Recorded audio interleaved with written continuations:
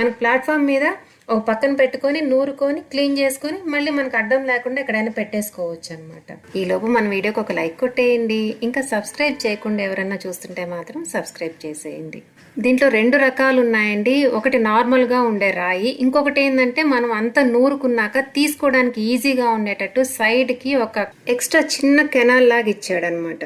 అది నీట్గా అక్కడ గిన్నె పెట్టేసుకొని కిందకి లాగేసుకోవచ్చు.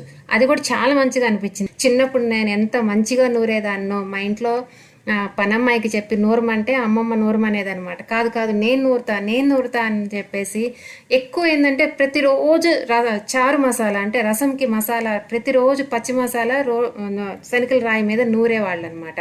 నేను కానీ చూసానంటే అస్సలు గొడవ చేసేస్తాను. నేను నూరుతా అని ఎంత బాగా ఇట్లా 2 చేతులతో ఇట్లా టక కొట్టడము 2 వైపుల నుంచి, మళ్ళీ దాన్ని నూరడము, అదేందో పెద్ద అసలు ఎంత ఇష్టమైన పని అంటే నాకు అసలు అది చేసి